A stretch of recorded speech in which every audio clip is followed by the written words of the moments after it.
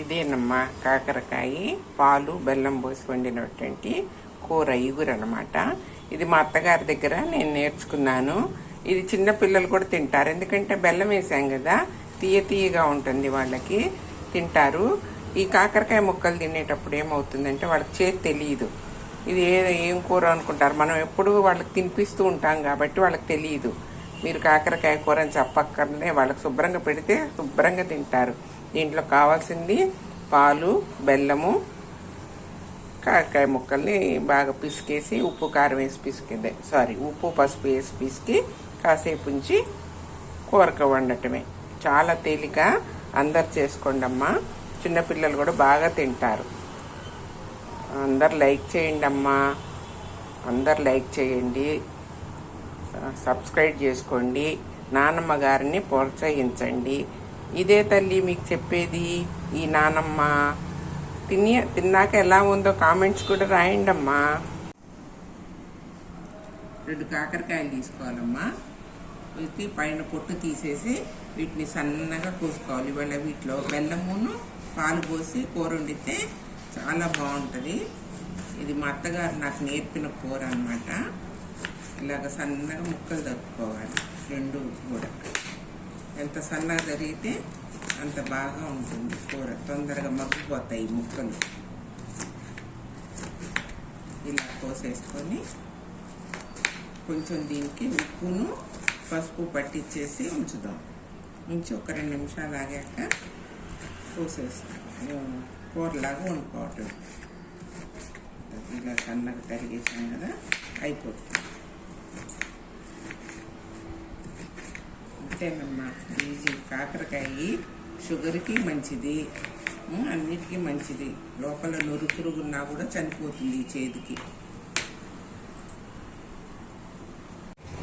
కాకరకాయలమ్మ, కోసిన కాకరకాయ ముక్కలు ఉన్నాయి కదా, ఆ ముక్కలన్నీ ఒక గిన్నెలో వేసేసుకొని ఒక చిటికెడు పసుపు, అంటే చిటికెడు అంటే మనం కూరలో వేసుకున్నంత వేసుకొని దాంట్లో ఉప్పు కూడా వేసేసి 2 కలిపి బాగా కలిపేసి పెట్టేసేయాలమ్మా. కాసేపటికి ఏమవుతుంది, నీరు ఊరుతుంది అనమాట. కొంచెం చేదు నీరు ఉంటుంది కదా, అది పోతుంది. కాసేపు మనం ఇలా కలిపేసి ఒక 5 నిమిషాలు అనుకోండి అమ్మా, ఒక 5 మినిట్స్ అలాగా పెట్టేశారనుకోండి, దాంట్లోంచి నీరు వచ్చేస్తుంది. దాన్ని మళ్ళీ ముక్కలు తీసేసి వండుకోవటమే, ఆ వాటర్ పడేసేసి ఇలా అంతా చేసి కాసేపు మూత పెట్టేయటమే. ఇదిగోండి అమ్మ, తాలింపు గింజలు అన్నీ వేసుకున్నాక దీంట్లో కొంచెం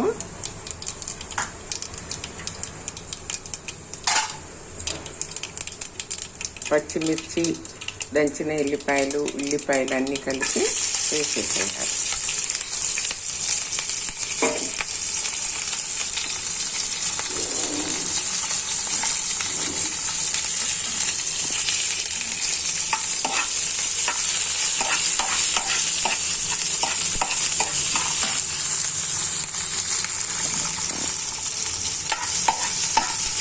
ఇంట్లోకి పసుపు వేసుకోవాలి. ఈ ముక్కలు వేగుతున్నాయి, ఉల్లిపాయలు అన్నీ కూడా వేగుతున్నాయి కమ్మా. వీటిని మనం ఇందాక నానబెట్టినవి ఉన్నాయి కదా, అవి కాకరకాయలో ఉప్పేసి పసుపేసి ఊరబెట్టాం కదా, ఆ ముక్కల్ని కొంచెం గట్టిగా పిండేసి ఈ తాలింపుకి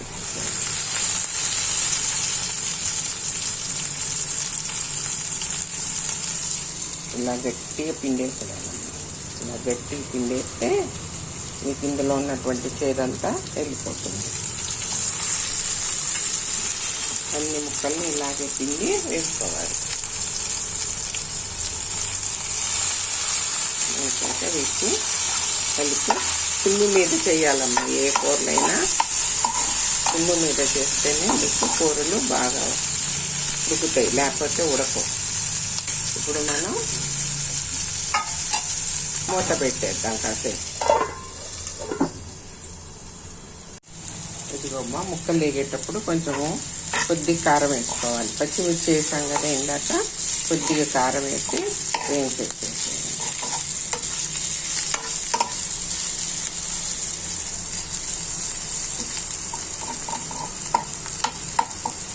ఇలా వేయించాక కారం కొంచెం మగ్గినాక ఒక చిన్న గ్లాసు పాలు పోయిందమ్మా.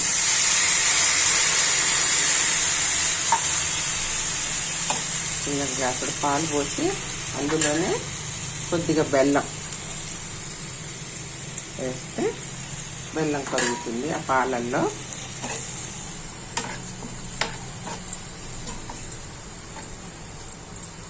సిమ్ము మీద పెట్టి కాసేపు మూత పెడతాము. ఈ పాలన్నీ కూడా ఇనికిపోతాయి.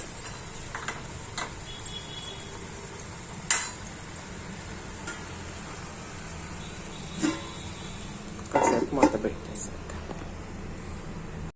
మొత్తం తీసి కూరని చూద్దామా. ఇది ఇలా ఆయిల్ పైకి వచ్చినప్పుడు అయిపోయినట్టే. మనం స్టవ్ కట్టేసేసుకుందాం. ఇంకా స్టవ్ కట్టేసి దీన్ని కూరని వేరే గిన్నెలోకి మార్చుకుందాం.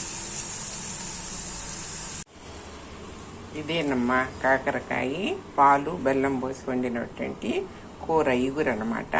ఇది మా అత్తగారి దగ్గర నేను నేర్చుకున్నాను. ఇది చిన్న పిల్లలు కూడా తింటారు, ఎందుకంటే బెల్లం వేసాం కదా, తీయగా ఉంటుంది, వాళ్ళకి తింటారు. ఈ కాకరకాయ ముక్కలు తినేటప్పుడు ఏమవుతుందంటే వాళ్ళకి చేతి తెలియదు, ఇది ఏం కూర అనుకుంటారు. మనం ఎప్పుడు వాళ్ళకి తినిపిస్తూ ఉంటాం కాబట్టి వాళ్ళకి తెలియదు. మీరు కాకరకాయ కూర అని చెప్పక్కర్లే, వాళ్ళకి శుభ్రంగా పెడితే శుభ్రంగా తింటారు.